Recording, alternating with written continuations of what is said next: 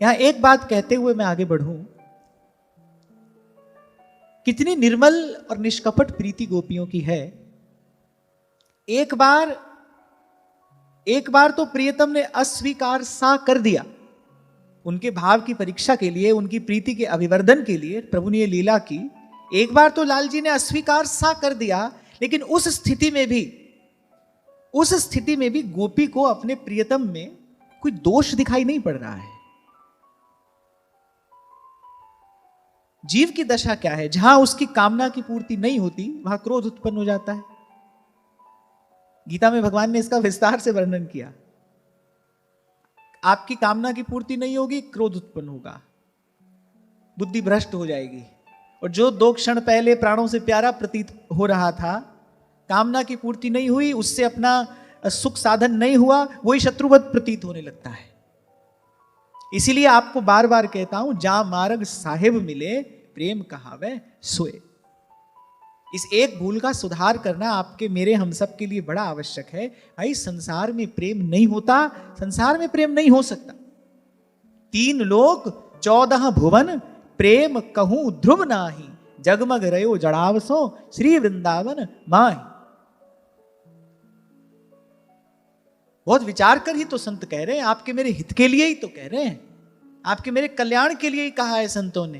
प्रीति तो नंद नंदन से कीजे, नंद नंदन से की।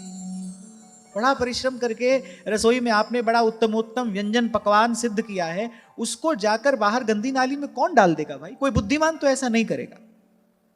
बड़ा परिश्रम करके आपने रसोई में कोई पकवान सिद्ध किया, आप यूं ही तो कहीं जाकर नहीं डाल दोगे ना। किसी को दोगे भी तो उसका पात्र देख कर दोगे। बड़ी सुंदर खीर आपने बनाई और कोई आपके सामने चमड़े का जूता आगे कर दे, भाई इसमें डाल दो, तो आप डाल दोगे? नहीं डालोगे। आप कहोगे भाई ये इतनी सुंदर वस्तु है, इसको इस प्रकार से हम नष्ट नहीं कर सकते। तभी कुछ दिन पहले मैंने आपसे कहा था, छोटी छोटी चीज की संभाल करते हो, लेकिन जो आपका निज स्वरूप है, जो आपका विशुद्ध स्वरूप है, वो जो प्रेम, जो प्रीति है, उसको यहां वहां जहां तहां क्यों लगा देते हो? इतनी सी बात ही तो समझनी है। यहां पर आप खूब आदर करिए, सबका खूब सम्मान करिए, गुरुजनों की बात में खूब श्रद्धा करिए, जो आपसे छोटा हो उससे स्नेह करिए, पर प्रीति तो नंद नंदन से कीजे, नंद नंदन से की। तो यहां ये बात दर्शनीय है। एक बार प्रियतम ने अस्वीकार कर दिया, कहा कि लौट जाओ, पर उस स्थिति में भी जब तन मन प्राण गोपियों के विह्वल व्याकुल हो रहे हैं, जल बिन मीन की भांति गोपी तड़फड़ा रही है, पर उस स्थिति में भी प्रियतम में कोई दोष दिखाई नहीं पड़ रहा है। जो तुम तोरो पिया मैं ना तोरू, तुम संग तोर कवन संग जो। गोपी ने कहा मार्ग हमारे पास अब कोई नहीं है, अब आप स्वीकार करिए अथवा त्याग करिए, हमारे जीवन धन तो आप ही, हम तो आशा भरी दृष्टि से आपकी ओर ही देखेंगी। एक राम घनश्याम हित चातक तुलसी दास। और बस इतनी सी बात ही तो श्री कृष्ण चाहते हैं। अनेक अनेक देवी देवताओं को प्रसन्न करने की अनेक अनेक विधियां शास्त्रों पुराणों में लिखी हैं। श्री कृष्ण को प्रसन्न करने की बस एक यही विधि है, अपना पूरा का पूरा मन आप उनको दे दीजिए। वो आपसे कुछ नहीं चाहते। वो आपसे कुछ क्यों नहीं चाहते? क्योंकि सब कुछ उनके पास है। सब कुछ उनके पास है, और दूसरी बात सब कुछ उन्हीं का ही है, सब कुछ उन्हीं से ही है, उन्हीं का है, उन्हीं से है, उन्हीं में है। इसीलिए वो आपसे कुछ नहीं चाहते। श्री कृष्ण के अतिरिक्त जिसके पास जो है वो श्री कृष्ण का दिया है। देवी देवताओं को उनके अनुकूल यज्ञ की आहुतियों की आवश्यकता होती है ना, उनकी यह अपेक्षा तो हमसे होती है ना। ब्रजवासियों ने श्री कृष्ण के कहने पर निर्णय कर लिया, भाई अब की बार इंद्र यज्ञ नहीं करेंगे। देखो कितना कुपित हो गया इंद्र, क्रोधित हो गया। तो इसलिए श्री कृष्ण के अतिरिक्त जिसके पास जो है वो श्री कृष्ण का ही दिया हुआ है। इसीलिए बाकी सबको किसी ना किसी से कोई ना कोई अपेक्षा है, हमको आपको भी है, देवी देवताओं को भी है, पर श्री कृष्ण को किसी से कुछ नहीं चाहिए। क्यों? क्योंकि सब कुछ उनका है, उनके पास है, उन्हीं का है, उन्हीं से है, उन्हीं में है, वही स्वामी है, सर्वसमर्थ हैं और एकमात्र स्वामी हैं, सकल लोक चूड़ामणि। वो आपसे कुछ नहीं चाहते, वो आपसे बस इतनी बात चाहते हैं, आप उनके अतिरिक्त किसी को चाहिए नहीं, आप उनके अतिरिक्त और कुछ चाहो ना, किसी और को ना चाहो आप। इतनी सी बात यदि आपने कर ली, इतनी सिद्धि यदि आपने भाव की प्राप्त कर ली, फिर वो आपके हैं, फिर वो आपके हैं। जिमि बालक राखे महतारी, करऊं सदा तिनकी रखवारी। फिर वो संभाल करते हैं, संपत्ति विपत्ति पर प्रतिपाल, कृपा करे सो जी जय, प्रीति तो नंद नंदन सो की जय, नंद नंदन सो की। अरे भाई, हम तो यही एक बात आज तक भी कहते आए, आज भी कह रहे हैं, और जब तक जीवन है तब तक कहते रहेंगे। जीवन के बाद भी हमारे पास एक ही बात होगी कि भाई हमारे श्री कृष्ण जैसा और कोई नहीं है, कृष्ण से तो कृष्ण ही है। मैं तो कई बार कहा करता हूं ना कि श्री कृष्ण कर तुम अगर तुम अन्यथा कर तुम, कुछ भी कर सकते हैं, वो जो हो सकता है वो भी कर सकते हैं, जो नहीं हो सकता वो भी कर सकते हैं। और मैं कभी कभी उन्हीं से कहता हूं, एक काम आप नहीं कर सकते, आप अपने जैसा दूसरा नहीं बना सकते, आप अपने जैसा कोई दूसरा नहीं रच सकते। मनु शत्रुपा ने जब तपस्या की और कहा आपके जैसा पुत्र चाहिए, तो बोले नहीं भाई, हमारे जैसा कोई नहीं हो सकता, ये काम हम नहीं कर सकते, हमारे जैसे तो हम ही हैं, उनके जैसे तो वही हैं। तुलसी कहूं न राम से, साहिब सील निधान, साहिब सील निधान। बहुनाम जन्मनावन्ते ज्ञानवान मां प्रपद्यते। जन्म जन्म के पुण्य पूर्ण होते हैं, तब जीव को इस बात की सुध आती, तब श्री कृष्ण की ओर आकर्षण होता है। अनेक जन्मार्जितम पुण्यम कृष्ण भक्ति प्रजायते। खैर, मैं तो ये कह रहा था, बस कृष्ण इतना ही चाहते हैं आपसे, दे सकते हो तो फिर ये दीजिए। इसलिए प्रहलाद जी की वो बात सदा स्मरण रहती है मुझे। भगवान ने कहा भाई कुछ तो मांगो हमसे, आज मुझे मन है तुम्हें कुछ देने का। ऐसा होता है कभी कभी, जो गुरुजन होते हैं, जो श्रेष्ठ जन होते हैं, कभी कभी उनकी ऐसी कोई मौज आती है, उनकी इच्छा होती है भाई आज कुछ बांटा जाए, आज कुछ दिया जाए। जैसे भगवान प्रसन्न है मेरे कि बेटा कुछ तो मुझसे मांग, तुझे कुछ देने का मन है। और क्या मांगते हैं प्रहलाद जी? फिर ये दे दो मुझे आप कि जन्म जन्मांतर तक आपके अतिरिक्त कोई और इच्छा ना हो, मैं बस आपको ही चाहूं, आपको ही गाऊं, आपको ही ध्याऊं और आपको ही चाहूं। मैं बार बार आपसे कहा करता हूं ना, बड़ी बात ये नहीं आप क्या कर रहे हो, क्या कह रहे हो, क्या पहना है आपने, क्या खाया है आपने। अगर हम भजन की बात करें तो फिर भाई बड़ी बात यह है कि आप चाहते क्या हो, इच्छा किसकी है मन में। कल यही मैंने आपसे कहा था ना, मनसा वाचा कर्मणा एक हो जाना, अर्थात कि आपके भीतर सारे संकल्प विकल्प समाप्त हो जाएं। गोपी को कृष्ण के अतिरिक्त स्वप्न में भी कुछ नहीं चाहिए।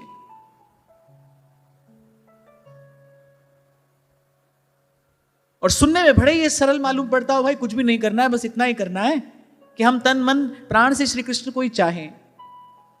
फिर भाई ये सरल नहीं है। पंकट घाटी नेह की, और ध्रुवदास जी कहते हैं कोई बिरला उतरे पार। वंकट घाटी नेह की, ध्रुवदास जी तो यहां तक कहते हैं कि नेही दुर्लभ पावनो और सुलभ सब आए। कह रहे इस संसार में सब कुछ मिलना सरल है, सुगम है, सब सुलभ है यहां, पर कह रहे नेही दुर्लभ पावनो, पर कोई सच्चा प्रेमी मिलना दुर्लभ है, जो अपने आप को भूलकर, अपने आप को मिटाकर और प्रेम की आराधना करता हो। कह रहे ऐसा नेही दुर्लभ पावनो। क्यों? क्योंकि सबते कठिन उपासना प्रेम पंथ रस रीत। कह रहे राई समझो मन चले, राई के दाने जितना भी मन अपने प्रियतम से यहां वहां हुआ, कह रहे छूट जाए ध्रुव प्रीत। आपको याद होगा कुछ समय पहले की बात है, किसी साधक ने मुझसे प्रश्न किया था, और उसका प्रश्न जो था बड़ा युक्तियुक्त प्रश्न था। मैंने वो प्रश्न ही बता रहा था कि साधक की बड़ी अच्छी अवस्था है, बहुत विचार कर उसने प्रश्न किया, लेकिन उस प्रश्न का उत्तर देने के लिए बहुत शास्त्र पुराण का विचार करना पड़ता। तो मैंने कहा भाई इतनी देर में तो कन्हैया हाथ से नहीं निकल जाए, मैं यहां पंडित बनकर बैठूं और बड़ा विद्वान बनकर मैं इस प्रश्न का उत्तर दूं, इतनी देर में ये कह दे भाई हमसे ध्यान कैसे हटा लिया। यहां गोपी का एक क्षण के लिए अपने ऊपर ध्यान गया तो ये छिप गए। तो प्रीत की रीत को पैंडो ही निहारो, कह जाने वृषभान नंदिनी, कह जाने यह कानर कारो। और फिर ये रीति तो हमको हमारे महाप्रभु जी ने सिखाई। उनसे पूछा किसी ने एक बार, किसी विद्वान महापुरुष ने जिनका स्वयं महाप्रभु जी भी आदर करते थे, उन्होंने एक प्रश्न पूछा। महाप्रभु जी ने कहा भैया हो नहीं जाना तो मेरे तो दो उपास्य हैं, इंद्र नीलमणि श्याम मनोहर, इंद्र नीलमणि श्याम मनोहर, शात कुंभ तन गौरी जोरी, बनी राधा मोहन झुकी जोरी। इनके बारे में कुछ पूछना हो तो पूछो, और सब मैं नहीं जानता। इसका संकेत ध्रुवदास जी कहते करे मति की गति भई पंगु।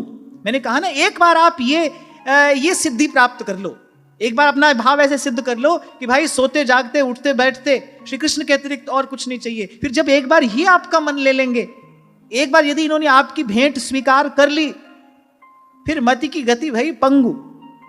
फिर तो व्यास जी अपनी वाणी में कहते हैं ना, कह रहे मोमन अटको श्याम में, मोमन अटक्यो श्याम में और धस्यो रूप में जाई। बोले ये जो इसके रूप की दलदल है इसमें मन धसा है। बोले चहल पर है निकसे नहीं, बोले प्रयास कभी करता भी है निकलने का, बोले चहल पर है निकसे नहीं मनो दूबरी गाई। कैसे जैसे दुर्बल सी कोई गैया दलदल में धस जाए, अब वो बेचारी क्या करे, निकलने का प्रयास भी करे तो उसमें बल ही नहीं है, शक्ति नहीं है। ऐसे मोमन अटक्यो श्याम सो। अच्छा व्यास जी क्या कह रहे, कह रहे धस्यो रूप में जा, चहल परे निकसे नहीं मनो दूबरी गा। यही बात गोपी कह रही है कि आपके जैसा रूप और कहां है, आपके जैसा स्वभाव और कहां है। निपट बंकट छवि नैना हटके, निपट बंकट छवि नैना हटके। ये जो त्रिभंग ललित मुद्रा है ना, आपको बताया था ना मैंने, जैसे टेढ़ा कांटा धस जाए, एक तो सीधा सा कांटा होता है जैसे निकला, ऐसे आप जैसे धसा आपने निकाल लिया, ऐसे आड़ा टेढ़ा सा कोई कांटा धस जाए, अब भाई वो जो कहते हो नहीं निकलेगा, अब वो तो भीतर गया तो भीतर ही रहेगा, उसको निकालने की युक्ति नहीं है। जैसे जो ठाकुर जी की त्रिभंग ललित मुद्रा है, इसी पर संत न्योछावर हो रहे हैं। स्वामी जी महाराज कह रहे आज तृण टूटत हैरी ललित त्रिभंगी पर, चरण चरण पर मुरली अधर धरे, चरण चरण पर मुरली अधर धरे, चितवत बंक छबीली भूपर, चितवत बंक छबीली भूपर। ऐसे बाईसा गाती हैं। निपट बंकट छवि नैना हटके, निपट बंकट छवि नैना हटके, निपट बंकट छवि नैना हटके, निपट बंकट छवि नैना हटके।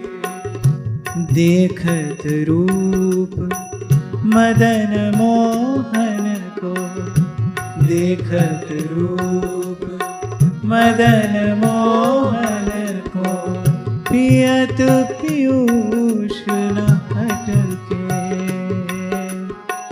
पियत पीयूष न हटके, निपट बंकट छवि नैना हटके, निपट बंकट छवि नैना हटके।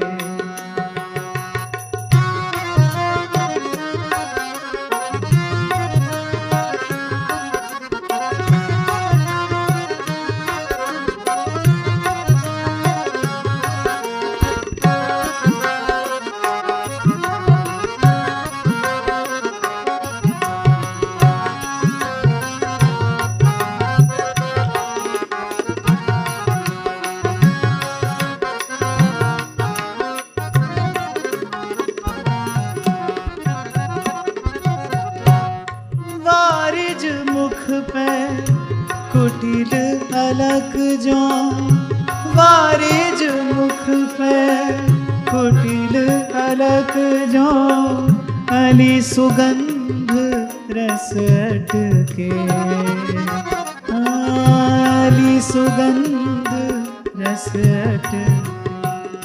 अरे वारिज मुख, वारिज अर्थात वारिज किसे कहते हैं?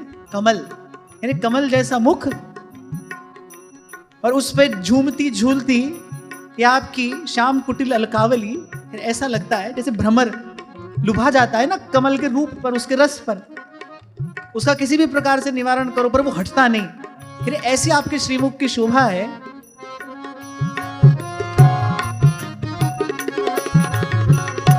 वारिज मुख पे कुटिल अलक जो वारिज मुख पे कुटिल अलक जो अली सुगंध रस अटके अली सुगंध रस अटके। टेढ़ी कटी टेढ़ी कर मुरली टेढ़ी कटी टेढ़ी कर मुरली टेढ़ी पाग लर लटके निपट बंकट छवि नैना अटके निपट बंकट छवि नैना अटके निपट बंकट छवि नैना अटके निपट बंकट छवि नैना अटके।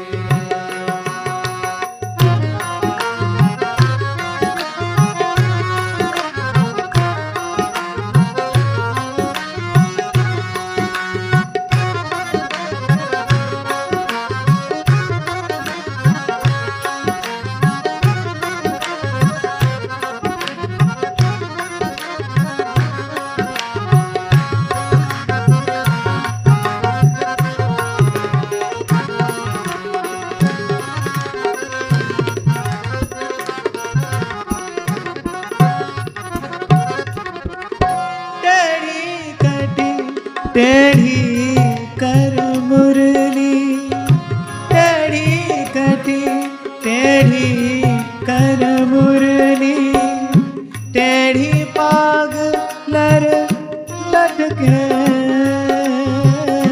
टेढ़ी पाग लर लटके। मीरा प्रभु के रूप लुभानी मीरा प्रभु के रूप लुभानी गिरधर नागर नटके निपट बंकट छवि नैना अटके निपट बंकट छवि नैना अटके। मीरा प्रभु के रूप लुभानी मीरा प्रभु के रूप लुभानी गिरधर नागर नटके निपट बंकट छवि नैना अटके निपट बंकट छवि नैना अटके निपट बंकट छवि नैना अटके निपट बंकट छवि नैना अटके।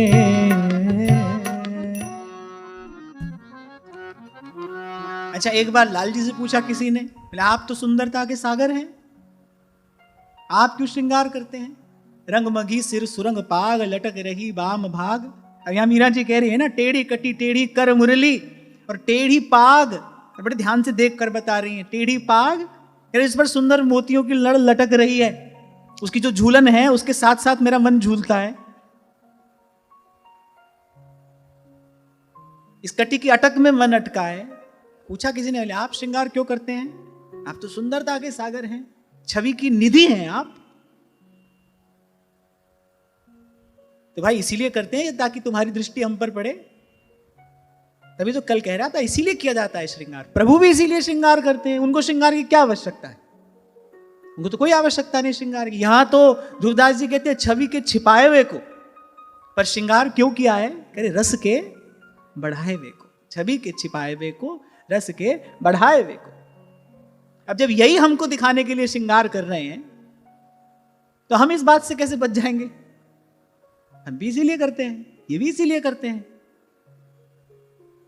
बड़ी बड़ी बात है ये, हम जो भी कर रहे हैं ना, उसका विषय कौन है? हम जो भी कर रहे हैं उसके मूल में इच्छा क्या है? श्रृंगार तो श्रृंगार है, और वो अपने प्रियतम की प्रसन्नता के लिए किया जाता है। अब बात यह है कि तुमने अपना प्रियतम किसको माना है? मैं तो कई बार आपसे कहता ही हूं भाई, कहानी तो लैला और मजनू की भी यहां पर गाने वाले गाते हैं, और मीरा और गिरधर की भी प्रेम कहानी है। बात यह है कि वो सिनेमा में गाई जाती है, और यहां व्यासपीठ से संत बुद्धजन गुरुजन इसका स्मरण कर करके पवित्र होते हैं, कृतार्थ होते हैं। क्यों? क्योंकि भाई उसका विषय अपवित्र है, इस प्रीति का विषय पवित्र है। ऐसे ही श्रृंगार का हेतु तो एक ही है। अब ये बात दूसरी है भाई कि आपने अपना प्रियतम किसको जाना माना है, किसको दिखाने के लिए आप कर रहे हो। अब विषय संसार है तो भाई वही श्रृंगार विकार है। अगर आपके श्रृंगार का विषय संसार है तो भाई फिर वही श्रृंगार विकार है, और अगर इसका विषय भगवान है तो वही प्रेम का परम संस्कार है। मैं तो सदा आपसे कहता ही हूं भाई, दो ही बात है मोटी बुद्धि से समझ लेने की, स्वार्थ है और परमार्थ है। देख लो जो कर रहे हो अपने लिए कर रहे हो, या आनुकूल्येन कृष्णानुशीलनम स भक्तिरुत्तमा, या प्रियतम की प्रसन्नता के लिए कर रहे हो। बिरद तुम्हारो दीन दयाल, कर पर कर धर कर प्रतिपाल, भुजदंडन खंडहू बिथा, जैसे गुनी दिखावे कला, कृपन करे नहीं भलहू भला, सदै हृदय हम पर करम, ब्रज की लाज बढ़ाई तो ही, सुख पुजवत आई सब सोही, तुम ही हमारी गति सदा, तुम ही हमारी गति सदा। गोपी ने कहा कि हम पर कृपा करिए, क्योंकि तो आपका विरध है, आपका सहज स्वभाव है ये। बड़े प्रेम से गोपी कहती कि हमारे हाथ पर अपना अपना कर कमल पधराकर, ऐसे हम प्रॉमिस करते हैं ना किसी से, फिर ऐसे हमको वचन दीजिए, कर पर कर धर कर प्रतिपाल, भुजदंडन खंडहू बिथा। और हमें अपने हृदय से लगाकर ये जो आपके खो जाने का, आपके दूर हो जाने का भय सदा से हमारे भीतर रहा है, इसको सदा के लिए दूर करिए। प्रेमी को बस एक ही भय होता है कि प्रेमास्पद से वियोग ना हो जाए। प्रेमी को बस एक भय है कि प्रेमास्पद से वियोग ना हो जाए। जे एक तेरा प्यार मैनू मिल जावे, मैं दुनिया तोर की नैना। जे एक तेरा प्यार मैनू मिल जावे, मैं दुनिया तोर की नैना। जे सावल यार मैनू मिल जावे, मैं दुनिया तोर की नैना। क्योंकि प्रेम पहले ही तृप्त कर जाता है, जन्म जन्म की दौड़ समाप्त हो जाती है, चेतना विश्राम पा जाती है। अब उसको अगर कोई भय है तो बस इस बात का भय है कि प्रेमास्पद से विरह ना हो जाए। महाप्रभु इस स्थिति का वर्णन करते हैं। यद्यपि प्रिया जी के निकुंज में तो विरह को प्रवेश ही नहीं है, पर फिर भी अंकस्थिते पिदयिते किमपि प्रलापम, लाल जी के अत्यंत निकट बैठी हैं और मन में एक ऐसा भाव आ गया, कहीं प्रियतम कहीं चले गए तो इतनी सी बात से प्रिया जी भयभीत हो जाती है, व्याकुल हो जाती है। प्रेमी को बस एक भय है, वो केवल एक ही बात चाहता है, उठत बैठत सोवत जागत, उठत बैठत सोवत जागत, हो मेरी जुड़ी रवे, हो मेरी जुड़ी रवे, गुरानल तार लिख दे लिखन वालिया, लिखन वालिया। लिखन वालिया लिखन वालिया। इसलिए बड़े लोग कहते हैं लड़िया रात होवे विछड़िया रात ना होवे। लड़ाई हो जाए, झगड़ा हो जाए, कोई रूठ जाए, बोले ये सब तो ठीक है, वो रूठेंगे तो हम मना लेंगे, कोई बात बिगड़ेगी तो हम बना लेंगे। तो लड़िया रात होवे पर विछड़िया रात ना होवे। बस प्रियतम से वियोग ना हो जाए, प्रियतम दूर ना हो जाए, यार याद रहे हरदम, बस भूल जानदा की कम। तो वो भी कह रही है आपको हृदय से लगाकर, पहले हमारे कर पर अपना कर पधराकर हमको वचन दीजिए, फिर हमें हृदय से लगाकर ये जो आपके दूर हो जाने का जो भय है इसको सदा के लिए दूर करिए। भुज दंडन खंडहूं बिथाऊं, जैसे गुनी दिखावे कला, कृपन करे नहीं हलहूं भला, सदैव हृदय हम पर करो। बोले हम पर थोड़ी दया, थोड़ी कृपा, करुणा, हम पर उदारता दिखाइए। हम जानती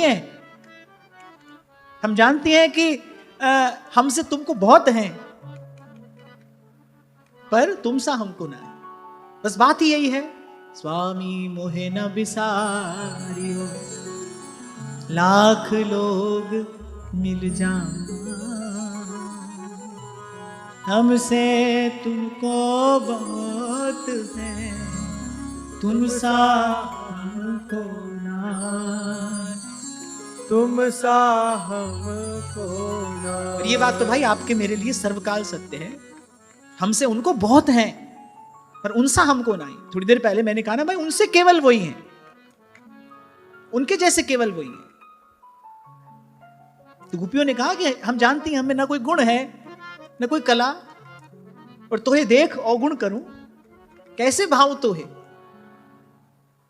पर फिर भी जैसे भोली सखी करिए, भाल भाग राधा लिखे हो हित भोरी को भाग। अब भाई कुछ भी कहो, लेकिन तुम्हारे दर तक तो आ पहुंचे हैं ना, तुम्हारे सन्मुख तो आकर खड़ी है ना। हम ये भी हम जान गई है कि तुम्हारी कृपा ही हमको यहां तक लाई है। तुमने वेणुनाद किया, हमें नाम लेकर पुकारा, तुम्हारे प्रेम का ही बल तो था, तुम्हारी प्रीति का ही तो बल था कि मार्ग की सब बाधाओं को हटाती हुई तुम तक आई, तुम्हारे सामने तो आकर खड़ी हुई है ना। यही हमारा सौभाग्य है। ब्रज की लाज बढ़ाई तो ही, और फिर तुम तो सारे जगत के प्रतिपालक हो, और तुम्हारे घर के लोग यदि कष्ट पाएंगे तो कोई तुम्हारा यश होगा, कोई तुम्हारी कीर्ति होगी। ये तो तुम्हारा घर है, जहां से हम आई हैं तो तुम्हारा घर है। ब्रज की लाज बढ़ाई तो ही, सुख पुजवत आई सब सो, तुम ही हमारी गति सदा। बस ये भक्ति भावना की सिद्धि है, आत्मनिवेदन। तुम ही हमारी गति सदा, एक भरोसो, एक बल, एक आस, विश्वास, दूसरा न रहने पाए। तभी कल विराम के क्षणों में मैंने आपसे कहा था, कभी अकेले हुए नहीं हम, कभी अकेले हुए नहीं। भक्ति पहले वही एकांत आपको प्रदान करेगी। अभी तो शरीर से अकेले भले रहे, पर मन से अपने विचारों से, अपने संस्कारों से तो किसी ना किसी के साथ बंधे ही रहे हैं ना, कभी अकेले हुए नहीं। इसलिए कल कह रहा था मैं आपसे, भय लगता है उस स्थिति में पहुंचने से ठीक पहले भय लगता है। कल महाराज जी मुझे सुना रहे थे स्वामी रामकृष्ण परमहंस की बात, जब विवेकानंद को उन्होंने अपने चरण का अंगुष्ठ स्पर्श कराया विवेकानंद के आज्ञा चक्र पे, जैसे वो समाधि के निकट पहुंचने लगे और वो जन्म जन्म के संस्कार जब क्षीण हुए, जब अपनी चेतना में स्थित होने लगे विवेकानंद, तो एक बार तो घबरा गए, बोले अरे बाबा ये क्या करते हो, अभी तो मेरे माता है, मेरे पिता है। स्वामी रामकृष्ण परमहंस ने कहा, आया तो बड़े उत्साह के साथ था कि कोई भगवान से मिला दे, पर वो प्रेम गली अति साकरी, तामे दो ना समाई। यही बात मुझे ऋषिकेश में उस महात्मा ने कही, बोले जैसे ही चेतना समाधि के निकट पहुंचती है, एक बार तो बड़ा भय लगता है, क्योंकि सब छूट जाता है, या फिर कहो सब छोड़ना पड़ता है, और हमको उसका जन्म जन्म से कोई अभ्यास नहीं है। इसलिए मैंने कहा शरीर से भले कोई अकेला हो, पर मन से कोई अकेला नहीं है। यहां किसी ना किसी का विचार है, किसी ना किसी का संकल्प है, कोई ना कोई संस्कार है, वो तो भीतर सदा ही रहा है ना, मन कभी खाली हुआ ही नहीं। अकेले होना क्या होता है इसका अनुभव नहीं है यहां किसी को। वो तो भक्ति जब धीरे धीरे मार्जन करती है, भीतर बाहर से शुद्ध बुद्ध पवित्र करती है, तभी कल मैं आपको कह रहा था कि मेरे साथ बैठकर गा तो रहे हो, पर ध्यान रखना, यदि आपने कहा और इन्होंने सुन लिया और फिर इन्होंने आपकी बात मान ली, फिर कुछ पास में रहने नहीं देते हैं, ये कुछ नहीं रहने देते। फिर आप चिल्लाते रह जाओ। मैंने कहा ना, एक बार इनकी दृष्टि पड़ गई आप पर, आपकी बात सुन ली, मान ली, फिर आप कुछ नहीं कर सकते। मैंने बहुत समय पहले कहा, एक चित्र देखा था कि दोनों टांगों से पकड़कर, ऐसे किसी बच्चे ने कार्टून बनाया था, बात बड़े काम की है लेके, ऐसी दोनों टांगों से पकड़कर और श्री कृष्ण खींचते हुए लेकर जा रहे हैं। जिसको खींचते हुए लेकर जा रहे हैं वो कह रहे, अरे छोड़ो मुझे, मुझे वहां नहीं जाना। और श्री कृष्ण कह रहे, मेरे पास आया क्यों था, तू पहले मेरे पास आया क्यों था, अब मैं तुझे नहीं छोड़ने वाला। तो ऐसा तो इनका स्वभाव है। इसलिए संत कह रहे, भाई संसार के सुख की इच्छा हो, अभी संसार का सुख भोगना हो, बोले और बहुत द्वार है वहां जाना, इनके पास मत आना। इनका स्वभाव कुछ अलग है। जैसे ये अलग हैं, सबसे अलग, सबसे न्यारे। ओ पालनहारे निर्गुण और न्यारे, तुमरे बिन हमरा और निर्गुण न्यारा, सबसे न्यारा भी है। और हम तो ये भी कहेंगे भाई सबसे प्यारा भी है। सबसे न्यारे, सबसे प्यारे, इनके जैसे बस यही। इसलिए इनका स्वभाव भी बड़ा विचित्र विलक्षण है। नहीं देखेंगे तो कोटि कोटि साधनों की ओर नहीं देखेंगे, और रीत जाएंगे तो किसी की प्यार भरी गाली पर भी रीत जाएंगे। कभी अंत में अनुभवी संतों ने कहा, भाई ये हम नहीं बता सकते कि भगवान कैसे प्रसन्न होते हैं, न जाने कौन सी बात पे दयानिधि रीझ जाते हैं। ये बता सकते हैं कि जब रीझ जाते हैं तब क्या करते हैं, कैसे रीझते हैं ये नहीं बता सकते। रीझ जाए तो क्या होता है ये बता सकते हैं। अगर ये खुश हो जाए तो खदाई बख्श देते हैं, अगर नाराज हो तो बादशाही बख्श देते हैं। और ये बात पूर्णतः सत्य है। नाराज हो तो बादशाही बख्श देते हैं, बैठा देंगे किसी को ऊंचे आसन पे, बोले हाँ अब तू ही भगवान है। और उसको इस बात की प्रतीति भी करा देंगे, हाँ भाई मैं ही भगवान हूं। यही तो भगवान की माया है, यही तो भगवान की माया। ये माया श्री कृष्ण की, मोयो सब संसार। फिर ये भी बैठ जाते हैं, उसको भगवान बनाकर ये भी बैठ जाते हैं। और जो इनके प्यारे भक्त हैं उनको भी अपने आसपास बैठा लेते हैं। आप जैसे वन में भोजन करते हैं ना कन्हैया, बीच में कन्हैया, आसपास सब ग्वाल बाल बैठ जाते हैं। तो ऐसे ये खेल रच के बाजीगर को पेखनो।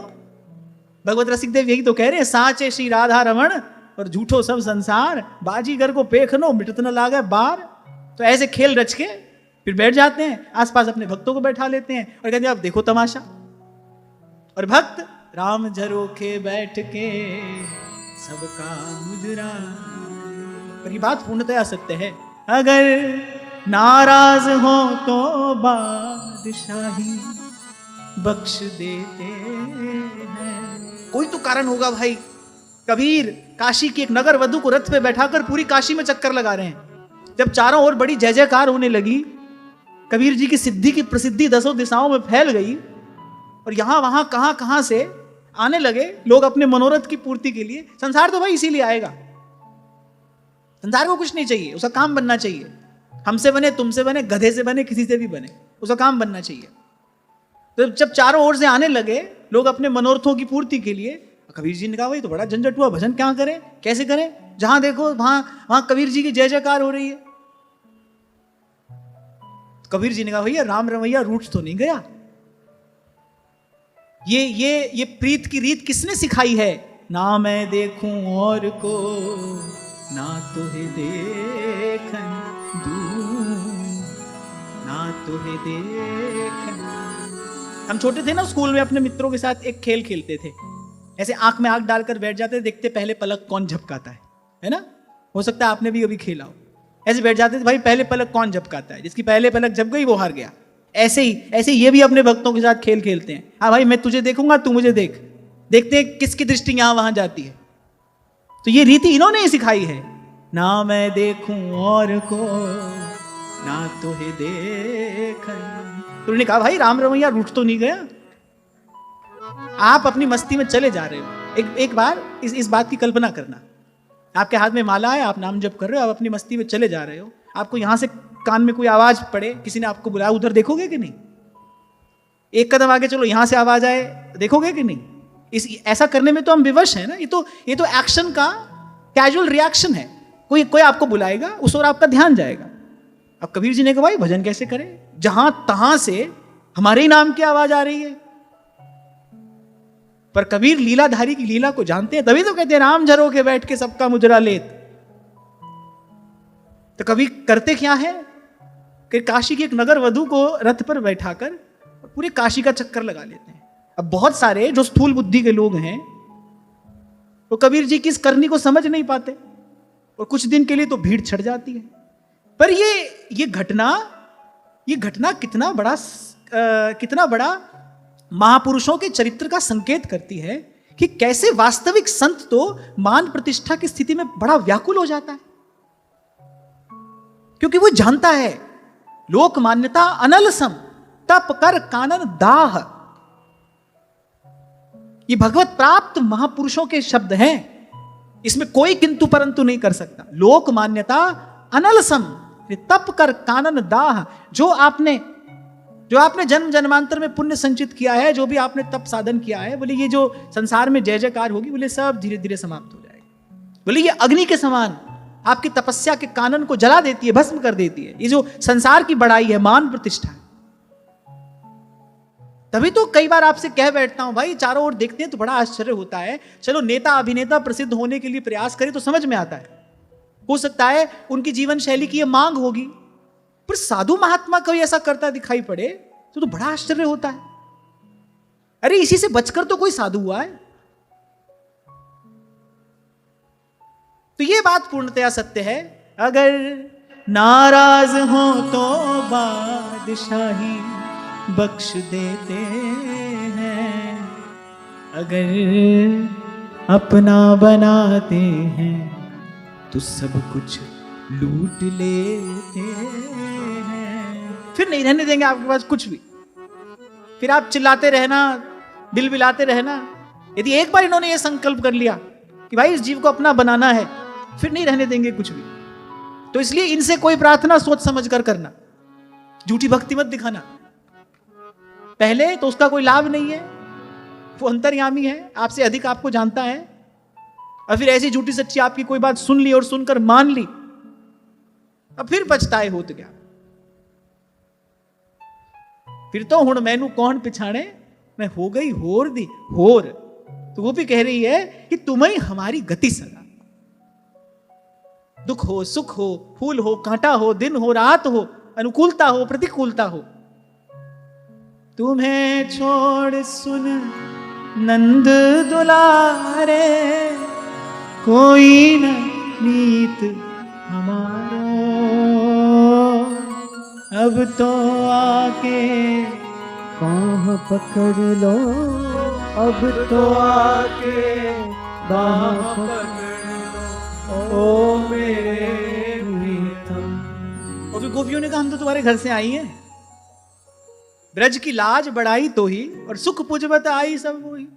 हमारे यहाँ होली के समय एक रसिया गाया जाता है, ब्रज की तो है लाज मुकुटवारे, ब्रज की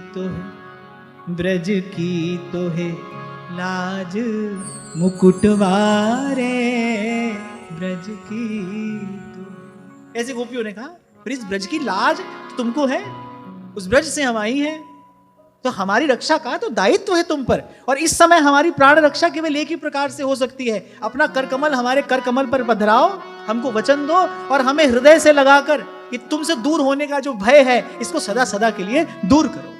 क्यों? क्योंकि तुम ही हमारी गति सदा।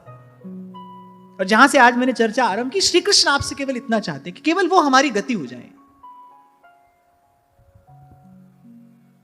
और गोपियों ने इस प्रकार प्रेम पूर्ण भावपूर्ण निवेदन के द्वारा अपना कार्य सिद्ध किया। दीन वचन जुबतिन तब कहे, सुन हरि नैनन नीर जो बहे, रास रसिक गुण गाए हो, रास रसिक गुण गाए। भगवती श्रुति भगवान के स्वरूप का जब कुछ गान करती है तो कहती है अणो अणोरणीयान महतो महीयान। कह रही वो छोटे से छोटा है और वही उसी समय बड़े से बड़ा भी है। दिने दिने नवम नवम, वो नित्य नवीन भी है और वो सबसे पुराना भी है। ऐसे ही वो ऐश्वर्य भी श्री कृष्ण का है कि अंबर में कुंतल जाल देख, पद के नीचे पाताल देख, मुट्ठी में तीनों काल देख, मेरा स्वरूप विकराल देख, सब जन्म मुझी से पाते हैं फिर लौट मुझी में आते हैं। ये ऐश्वर्य भी श्री कृष्ण का ही है। और यहां गोपियों के वो दीन वचन सुनकर श्री कृष्ण का वो कोमल हृदय विगलित हुआ और नेत्रों से, श्री कृष्ण के नेत्रों से अश्रुधार प्रवाहित होने लगी। ये वही श्री कृष्ण है जो वहां रण क्षेत्र में अपने विराट स्वरूप का दर्शन अर्जुन को कराते हुए कह रहे हैं कि मुझ में विलीन झनकार सकल, मुझ में लय है संसार सकल, अमरत्व फूलता है मुझ में, संघार झूलता है मुझ में, सब जन्म मुझी से पाते हैं फिर लौट मुझी में आते हैं। ये वही कृष्ण है। और यहां इन गोपांगनाओं के वो दीन वचन सुनकर, दीन वचन जुवतिन तब कहे, सुन हरि नैनन नीर जो बहे, रास रसिक गुण गाए हो, रसिक गुण गाए हो। इसीलिए श्री कृष्ण के स्वरूप को पूर्ण रूपेण हृदयंगम करने के लिए तो भाई श्री कृष्ण के किसी प्यारे भक्त की कृपा चाहिए। क्योंकि मैंने ऐसा देखा, बहुत लोग कहेंगे भाई ये जो रास वाले कृष्ण हैं यही हमारे प्रिय हैं। कोई कहेगा नहीं जो गीता वाले कृष्ण हैं हमको तो वही जचते हैं। जबकि यही विरोधाभास तो कृष्ण को कृष्ण बनाता है। अरे वेदों की श्रुतियां यही तो कह रही हैं कि वो छोटे से छोटा भी है, उसी समय वो बड़े से बड़ा भी है, वो हर दिन नया है, नित्य नवीन है और वही चिर पुरातन भी है, सबसे पुराना भी है। उस अद्भुत ज्ञान योग, कर्म योग, भक्ति योग का उपदेश देने वाले कृष्ण ही यहां रास मंडल पर गोपियों के वो दीन वचन सुनकर अपने नेत्रों से प्रेमाश्रु बहा रहे हैं। और आगे तो व्यास जी क्या कहते हैं, हरि बोले हंस ओली ओढ़, कर जोरे प्रभुता सब छोड़। व्यास जी कह रहे हैं हरि बोले, श्री कृष्ण बोले हंस ओली ओढ़, ओली ओढ़ माने अपना आंचल फैलाकर, हरि बोले हंस ओली ओढ़, कर जोरे प्रभुता सब छोड़। और श्री कृष्ण ने स्वीकार कर लिया, हो असाधु तुम साधु हो असाधु तुम साधु। कल ये कह रहा था ना मैं आज से, भगवान वेद व्यास भी कहते भाई गोपियां संत हैं। इसलिए नारद जी ने कहा यथा ब्रज गोपिका नाम।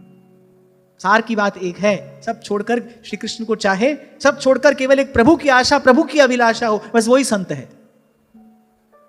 देखने में कैसा हो, कुछ भी कहता हो, पर जिसको एक प्रभु की आशा, एक प्रभु की अभिलाषा है, बाकी उसके लिए सब समान है, वही संत है।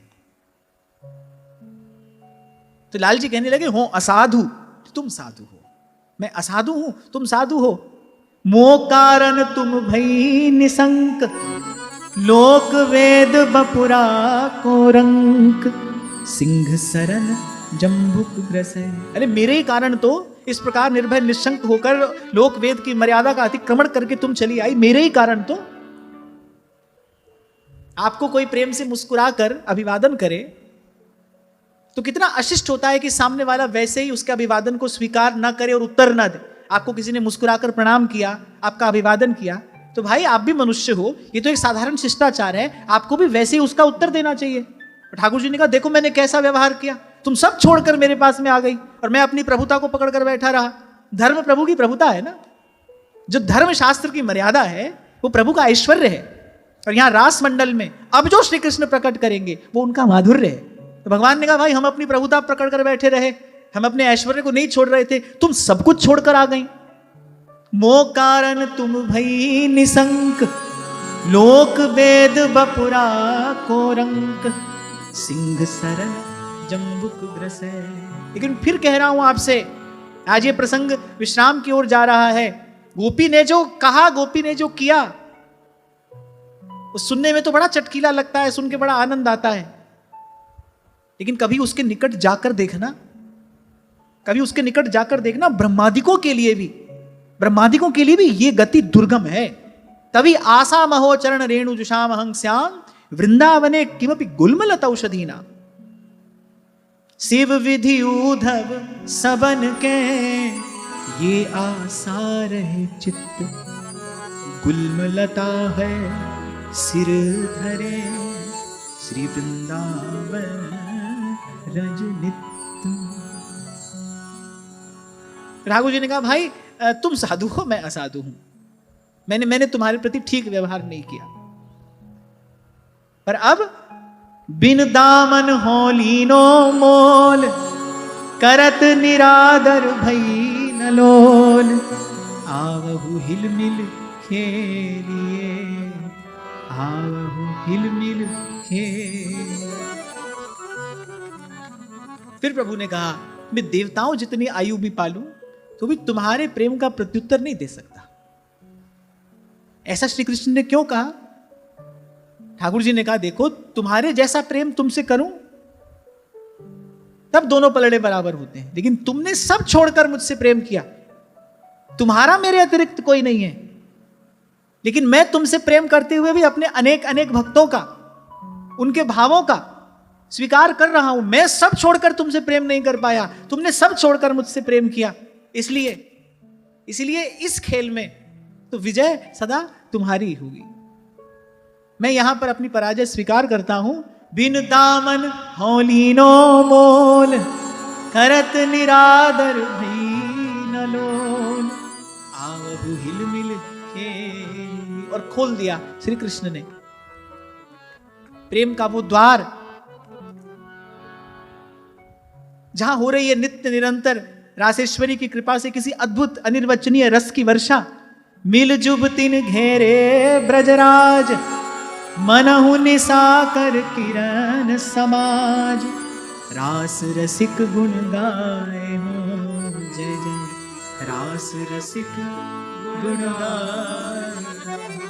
और जैसे असंख्य तारा गणों के मध्य में चंद्रमा की शोभा होती करे, ऐसे अनंत अनंत प्रजांगनाओं के मध्य में श्री कृष्ण शोभा पा रहे हैं। हरि मुख देखत फूले नैन, उर उमगे कछु कहत बनैन, श्याम ही गावत काम बस।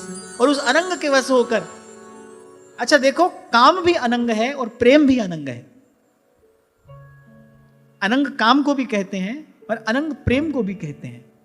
यहां कह रहे हैं उसी अनंग के वशीभूत होकर गोपियां रोम रोम से, केवल एक जिह्वा से नहीं, रसना से नहीं, रोम रोम से, राधा रमण गिरधारी ब्रिजराज मेरो प्यारो मोहन, राधा रमण गिरधारी ब्रिजराज मेरो प्यारो मोहन, राधा रमण गिरधारी ब्रिजराज मेरो प्यारो मोहन, राधा रमण गिरधारी ब्रिजराज मेरो प्यारो मोहन, प्यारो मोहन मेरो प्यारो मोहन, प्यारो मोहन मेरो प्यारो मोहन, प्यारो मोहन मेरो प्यारो मोहन,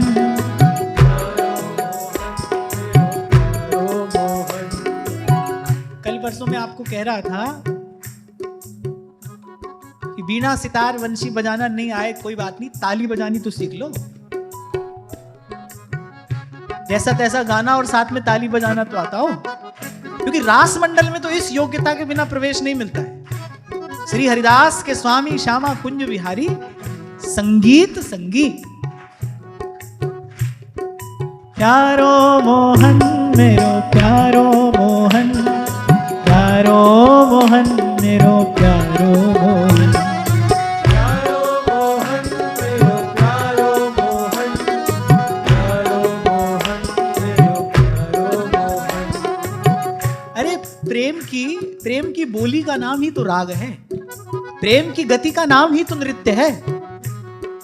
प्यारो मोहन मेरो प्यारो मोहन, प्यारो मोहन मेरो प्यारो मोहन, प्यारो मोहन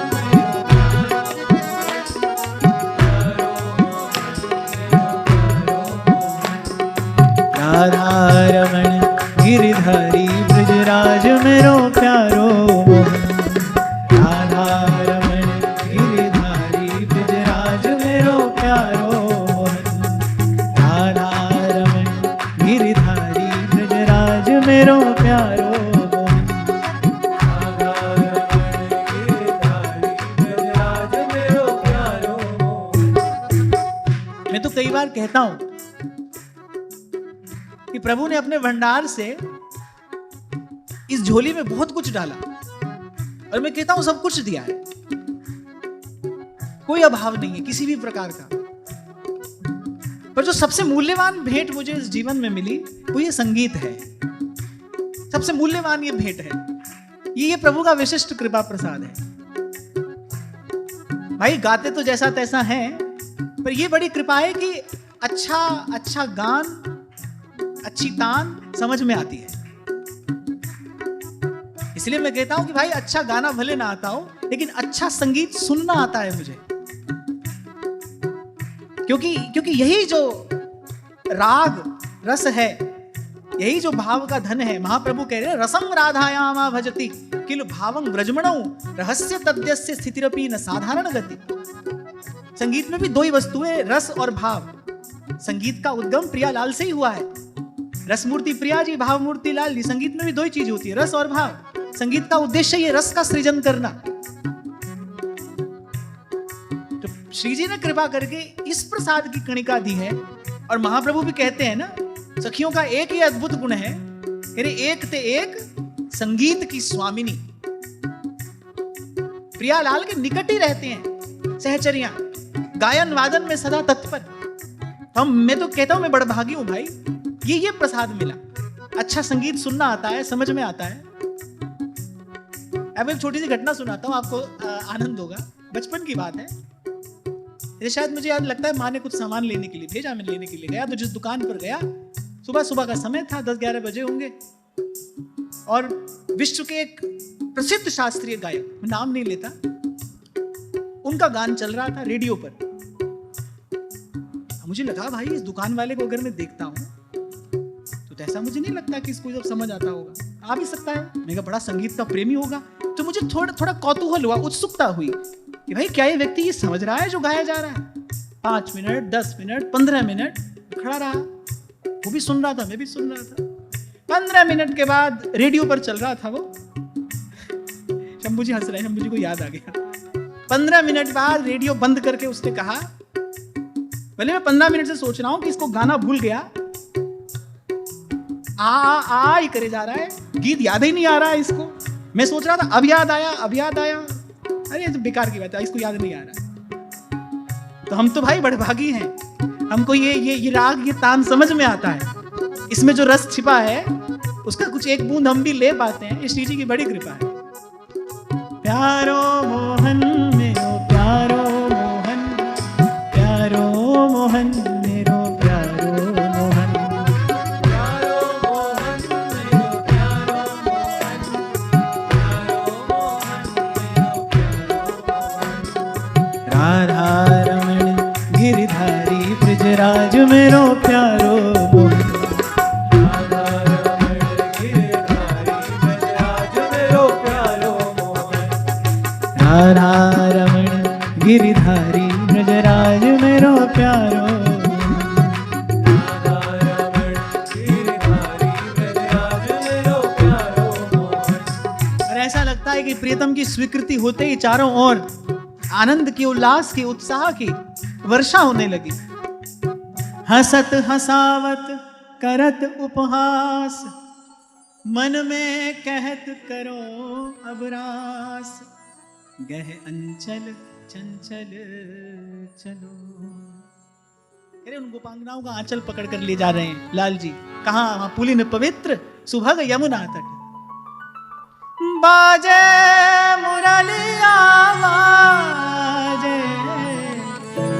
बाजे रे मुरलिया बाजे, अधर धरे मोहन मुरली पर, अधर धरे मोहन मुरली पर।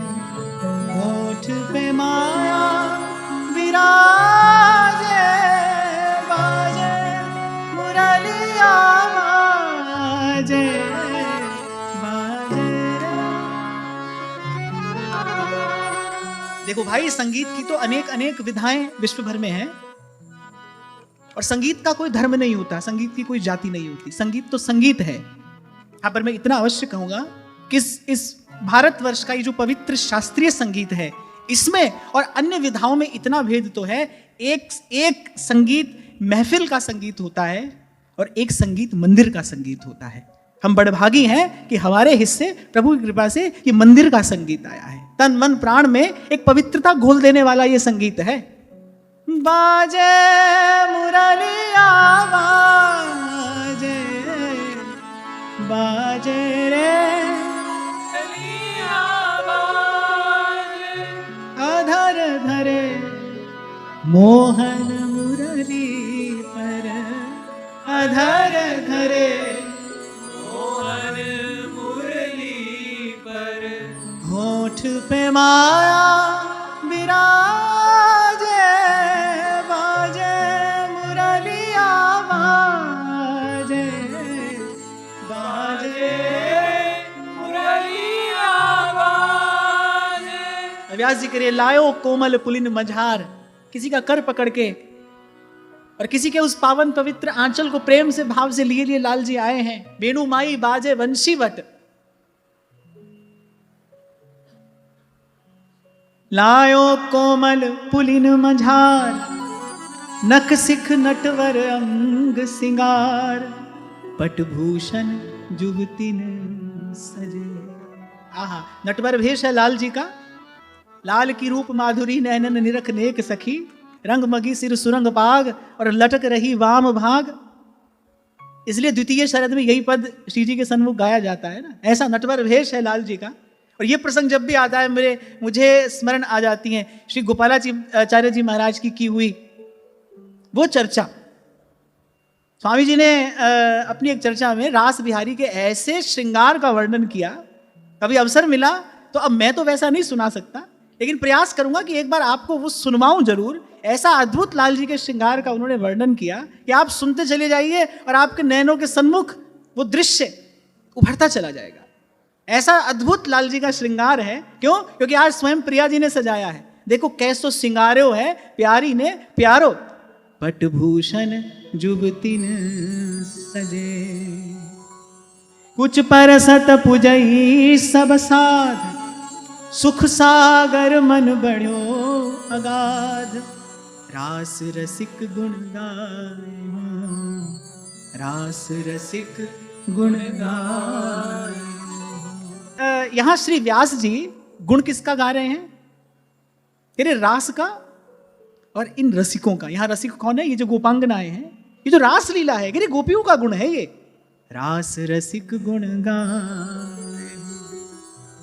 अच्छा, पंचाध्यायी तो हमने नंददास जी की भी यहां पर गाई, श्री दामोदर स्वामी जी की भी गाई। फिर व्यास जी की पंचाध्यायी में यह विशेषता है, क्योंकि व्यास जी श्री महाप्रभु जी के आश्रित हैं, तो यहां तक आने के बाद वो जो अंतर ध्यान होने वाला प्रसंग है, उसके लिए व्यास जी कुछ नहीं कहते। व्यास जी कहते भाई उसकी बात कौन करे।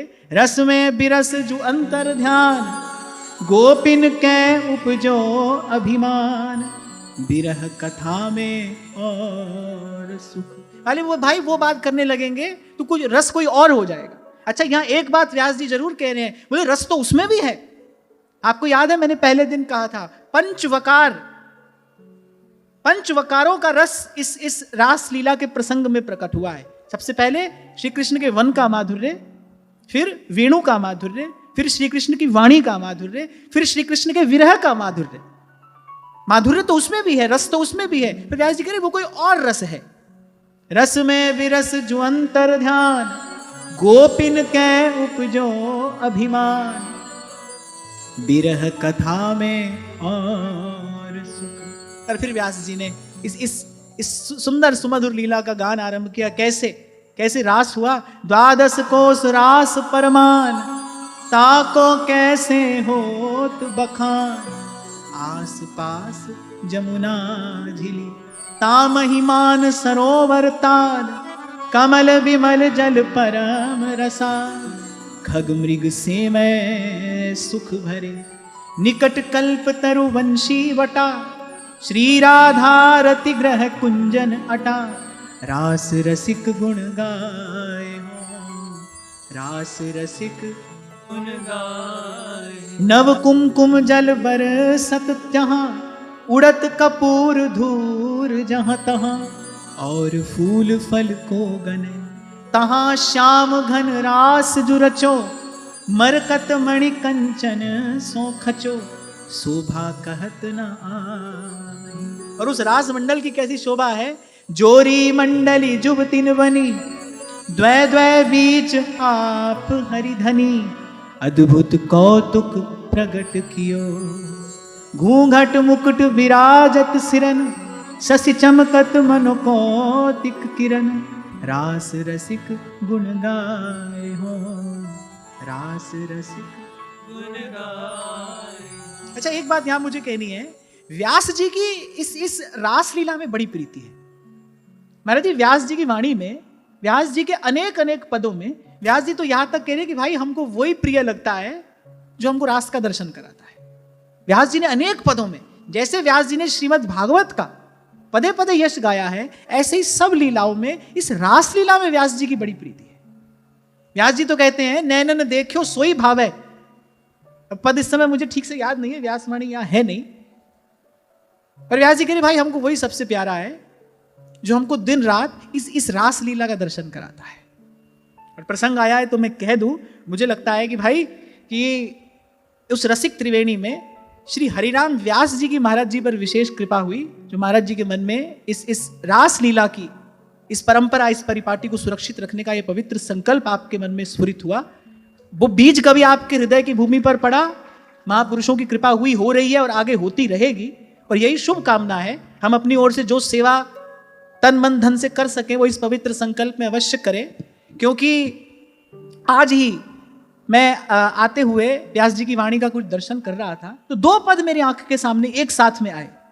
तो मैंने देखा भाई व्यास जी की बड़ी हार्दिक प्रीति है इस रास लीला के दर्शन में, और व्यास जी ने अपनी इस प्रीति को अभिव्यक्त भी किया। जब रास लीला में नृत्य करते करते प्रिया जी के चरणों में बंधा नूपुर टूटा, और व्यास जी ने एक क्षण भी विचार नहीं किया, अपना जनेऊ तोड़कर और श्री प्रिया जी के चरणों के नूपुर के वो घुंघरू पोकर चरणों में बांधा और कृतार्थ हुए। व्यास जी ने कहा भाई आज तक तो ये बोझ ढो रहे थे, आज हमारा ये ब्राह्मणत्व भी सफल हो गया। श्री जी ने अपने चरणों में इसको स्थान दे दिया। व्यास जी कह रहे हैं, सोई घड़ी सोई दिन सोई पल सोई छिन, जब ही मिलत मेरे प्यारे के प्यारे, और सोई घर घरनी सोई सुत गुरु हित, जिनके रसिक नैनन के तारे, और सोई व्यास सोई दास त्रास तज हरि भज, और रास दिखावे सोई प्राण हमारे।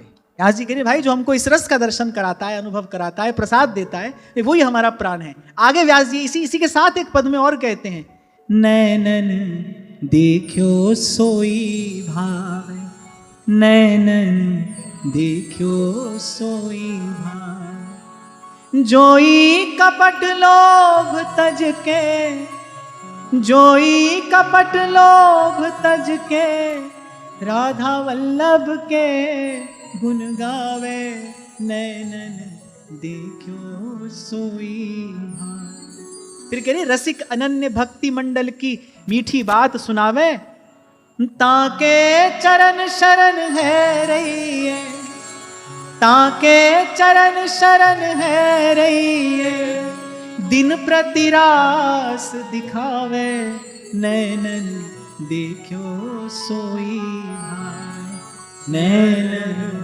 देखो सोई भाई। मैं आते आते व्यासवाणी का ऐसी दर्शन कर रहा था, दो पद मेरी आंख के सामने आए, तो मैंने कहा देखो भाई रास का ही प्रसंग चल रहा है, और मानो व्यास जी कह रहे हैं भाई हमारी तो इसी लीला में सर्वाधिक प्रीति है। महाराज जी आपके पवित्र संकल्प को एक बार फिर से प्रणाम करता हूं। तो ऐसे उस दिव्य मंडल पर श्री जी के सानिध्य में इस अद्भुत रास रस की वर्षा होती है। भाई रास रस का तो मैंने कहा व्यास जी की ये परम प्रिय लीला है, व्यास जी का मन ही इसमें रमता है। तो व्यास जी ने बड़े विस्तार से इसका गान किया है, और इस लीला के विश्राम में व्यास जी बड़ी सुंदर बात कहते हैं